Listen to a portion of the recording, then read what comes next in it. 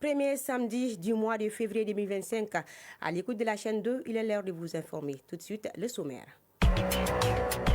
Infocité, le journal de l'info de proximité sur la 95.2. Pour renforcer les capacités des membres en santé, le syndicat national de la santé et de l'action sociale et de la promotion de la famille a initié une session de formation à l'endroit des membres du bureau exécutif. Mariam Koulibaly nous expliquera. Dans ce journal, on s'intéressera à un phénomène qui affecte beaucoup notre société. Il s'agit du divorce. Auparavant, c'était rare, mais au cours de ces dernières années, le taux de divorce a considérablement augmenté selon les rapports judiciaires. Mohamed Kounaté a mené son enquête. Infocité, c'est aussi l'actualité internationale. Issa Daou sera en direct pour nous dire par quoi elle est dominée. Voilà pour les titres, les détails à suivre. Et directement, nous ouvrons ce journal par cette nouvelle. Le Premier ministre, ministre de l'Administration territoriale et de la décentralisation, le général de division Abdoulaye Maïga a présidé au CICB la cérémonie de signature des conventions de financement pour les 118 sous-projets de restauration des paysages retenus dans le delta intérieur du Niger et sur le tracé de la Grande Muraille verte au Mali. Ces sous-projets initiés par des jeunes et des femmes et qui s'inscrivent dans le cadre de la mise en œuvre du projet de restauration des terres dégradées au Mali couvrent les domaines de l'agroforesterie, de l'arboriculture, la bourgoculture, le reboisement, la réhabilitation des berges, entre autres. Le Premier ministre, chef du gouvernement, a invité les bénéficiaires à transformer ces investissements en bénéfices concrets pour eux-mêmes et pour les communautés. Je le disais au sommaire, le syndicat national de la santé, de l'action sociale et de la promotion de la famille a procédé ce vendredi à une session de formation à l'endroit des membres du bureau exécutif. C'était à l'Institut national de la santé publique, INSP. Les travaux qui prendront fin ce 1er février ont pour objectif de renforcer les capacités des membres en santé en période de crise multidimensionnelle. Reportage Mariam Koulibaly. Syndicalisme dans le milieu socio-sanitaire en période de crise multidimensionnelle, c'est le thème de cet atelier de formation des membres du bureau du syndicat de la santé, de l'action sociale et de la promotion de la famille. Il s'agit là d'outiller les membres sur les défis, les enjeux et les perspectives du syndicalisme en période de crise en Afrique en général et au Mali en particulier. Moussa Salif Sidibé, secrétaire général de l'INSP. Mettre à niveau vraiment les tout nouveaux Sénégalistes qui sont venus pour aider les travailleurs vraiment dans la quête de leurs revendications, en fait une stabilité sociale. Ganaba Gundo Kone, représentante du ministre de la fonction publique et du dialogue social. Parce que qui parle de syndicalisme, il faut avoir les notions, il faut avoir vraiment un certain niveau de connaissance. Ça s'inscrit aussi dans le pacte de stabilité et de croissance. Cette formation intervient dans le cadre de la mise en œuvre d'une des recommandations fortes du secrétaire général de l'UNTM lors du dernier congrès en date du 26-27 avril 2024. Amadoun Ba, représentant du secrétaire général de l'UNTM. Un syndicaliste qui n'est pas formé est un danger pour son pays, est un danger pour lui-même, est un danger pour les travailleurs, est un danger pour son pays. C'est pour cela que nous avons dit qu'il faut qu'on se forme. Et en se formant, il y a de fortes chances que certaines de nos réclamations puissent aboutir sans des soubresauts. Ce renforcement de capacité des membres du bureau du syndicat de la santé et de l'action sociale s'accentuera autour des sous-thèmes pertinents comme le pacte de stabilité qui est un tournant décisif en période de crise multidimensionnelle. Les travaux prendront fin demain 1er février 2025. L'ONG Al-Farouk, en partenariat avec une ONG turque, IHH, vient d'offrir 50 machines à coudre à 50 diplômés en coupe et couture et 14 machines simples et broderie à 2 ateliers de couture. En plus de ces machines, 3 veuves ont également reçu des tricycles d'une valeur de près de 20 millions de francs CFA. Le but de cette œuvre humanitaire est de lutter contre la pauvreté et le chômage. Dans la Traoré pour le reportage. De la joie, de l'émotion, c'est ce qu'on pouvait lire sur le visage des bénéficiaires de mototricycles ou de machines à coudre, des instruments de travail qui leur permettront de subvenir à leurs besoins. Ce geste de bienfaisance s'inscrit dans le cadre de la mise en œuvre d'un projet de développement et de lutte contre la pauvreté, intitulé Income in Project.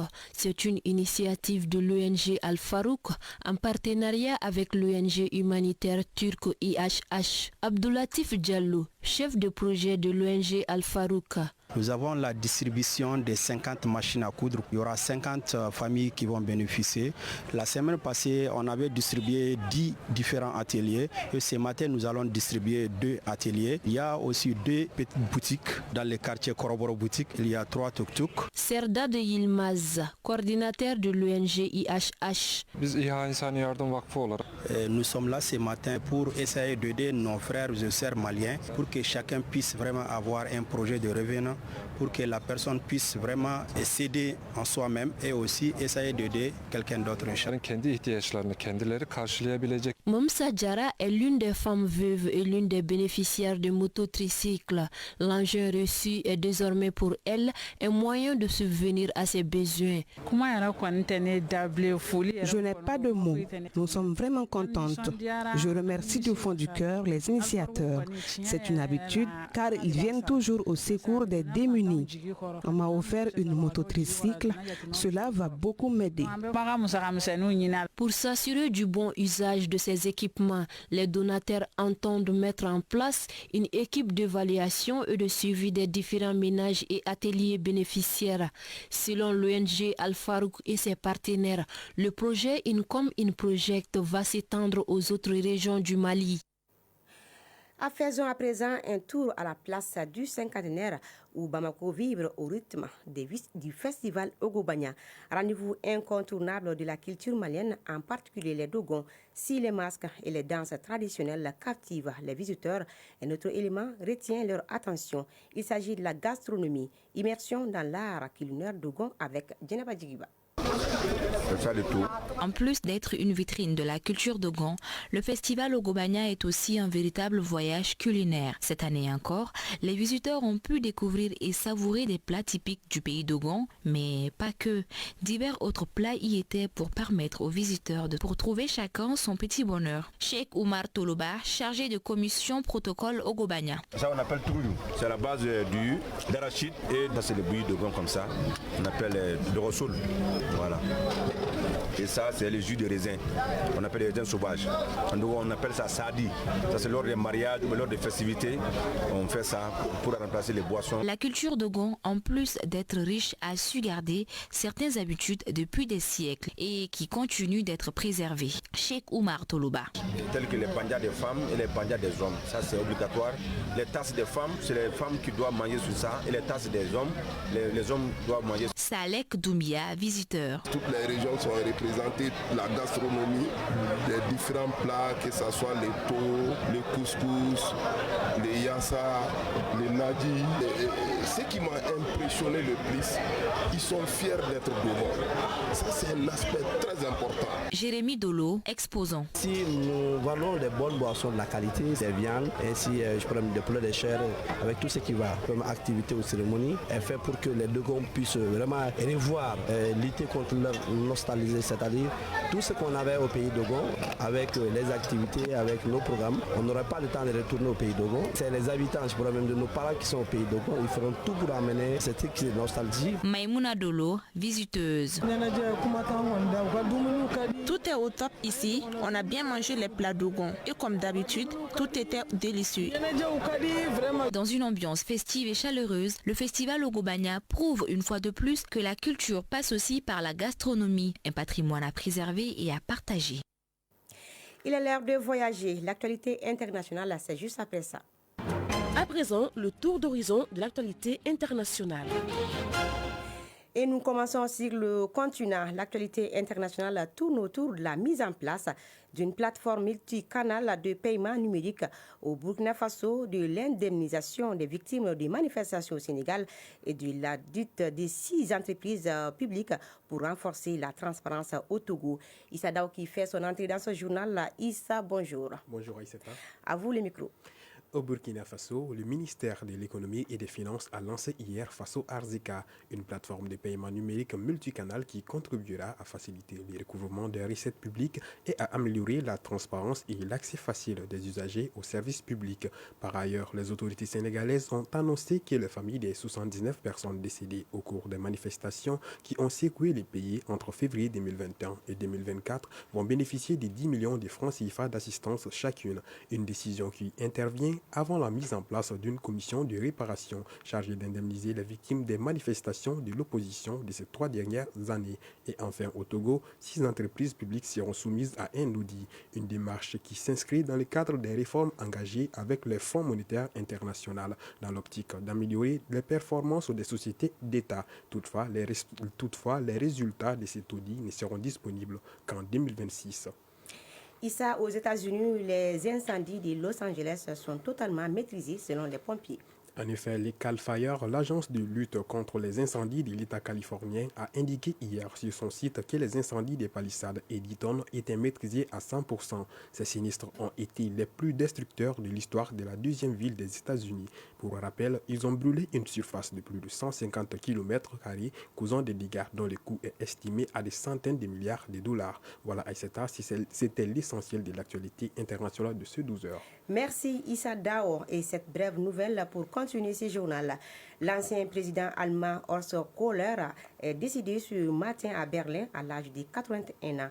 Horst Kohler, qui était à la tête de l'Allemagne de 2004 à 2010, a rendu l'âme après une courte et grave maladie, a indiqué la présidence allemande. Retour au Mali et on en vient à un autre titre de ce journal. Aujourd'hui, on s'intéresse à un phénomène qui affecte beaucoup notre société. Il s'agit du divorce. Auparavant, c'était rare, mais au cours de ces dernières années, le taux de divorce a considérablement augmenté selon les rapports judiciaires.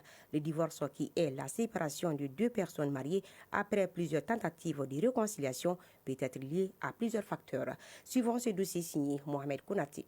Selon la religion, le divorce ne doit être employé qu'en dernier recours pour résoudre les problèmes des couples. Aujourd'hui, les fondements de ces liens sacrés ont tendance à se fragiliser, conduisant au divorce. Maïmouna Sako, divorcée. Mon mari m'a menacé de mort. Et ça à maintes reprises. Et avant que les menaces commencent, il m'avait déjà dit de rentrer en famille. Comme j'insistais, je persistais. Donc, il a eu comme dernier recours la menace de mort. Moussa Keita, divorcé. Divorcé il y a 3 ans de cela, à cause des disputes et les mésententes entre ma femme et ma famille, surtout avec ma mère. C'est suite à cela que j'ai divorcé par contrainte, mais tout ce que Dieu fait est bon. Les derniers rapports de divorce au Mali montrent une évolution. La déclaration du divorce est prononcée par des causes justes, sans quoi le divorce ne peut être accordé par le juge. Moussa Guino, substitut du procureur de la commune 1. Quand on voit les fréquences en commune 1, le divorce prononcé dans le mois, ça va de 120 à 130. La commune 2, ça va à ce niveau. La commune 6, ça va jusqu'à 200 divorces prononcés. Dans les régions aussi, c'est pire. Quand on voit toucher de 40 à 60 cas de divorce. Mais le tribunal est saisi par assignation au niveau du président. Là aussi, les statistiques remontent, ça va jusqu'à 100, 200, 300. Les causes de divorce par faute, il y a 7 cas. Et ça, c'est la violence corporelle, les sévices corporels aussi par rapport à la violence, le devoir conjugal, l'adultère. Quand le mari est alcoolique ou la femme est alcoolique, ça pose une condamnation de la justice. Et ça prolonge. Mais le deuxième cas, ça, c'est le divorce par consentement. Les deux, le couple peut se mettre d'accord, faire une lettre, prendre un avocat et saisir le tribunal. La religion, qui joue un rôle important dans notre société, influence les décisions de divorce, tout en condamnant les divorces. Imam Ibrahima Traoré. L'islam autorise le divorce et le condamne en même temps. C'est la raison pour laquelle le prophète, paix et salut sur lui, affirme que Dieu n'accepte pas le divorce même si cela est autorisé. Le divorce intervient dans plusieurs facteurs. Par exemple, si les deux conjoint ou la conjointe n'obéit pas aux règles du mariage ou si l'un des conjoints se sent délaissé. Dans ce cas, l'islam autorise en ce moment le divorce. Joseph Mama Diarra, pasteur de l'église de Banakabougou de la commune 6. Selon les Écritures saintes, Dieu condamne le divorce. Il est considéré comme un péché. L'homme quittera son père et sa mère pour s'attacher à son épouse, avec laquelle il ne fera qu'un, et ce que Dieu a uni, personne ne peut le désunir.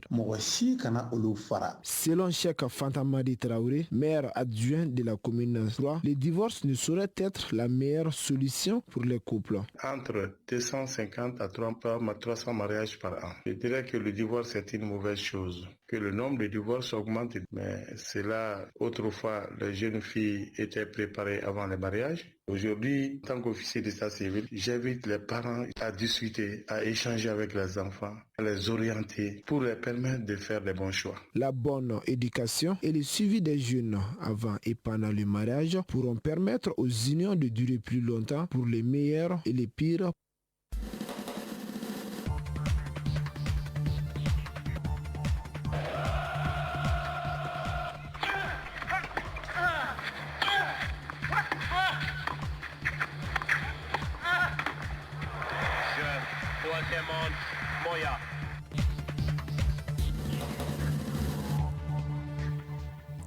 Et voilà, vous l'aurez compris, sport football, la 11e journée de la Ligue 1 professionnelle de football du Mali débute ce samedi.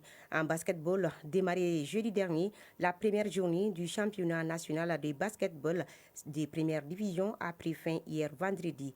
Toujours en basketball, le tirage au sort du mondial des moins de 19 ans masculin a été effectué ce vendredi en Suisse.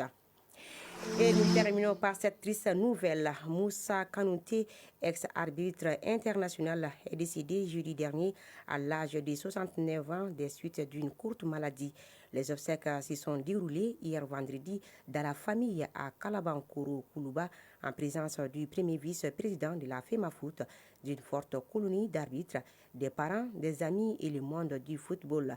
Sa dernière prestation en finale de la Coupe du Mali est celle de 2001 au stade Mamadou Diarra H de Koulikoro, entre le stade malien de Bamako et le Mamaria AC de Kati. Instructeur d'Alam, Moussa Kanouté était jusqu'à son dernier souffle le responsable du département des compétitions internationales de la FEMAFOOT. Le monde du football retient de Kanouté un acteur et un leader rigoureux, disponible, travailleur et pragmatique qui a tout donné au football malien, africain et mondial. D'ores en paix, l'arbitre.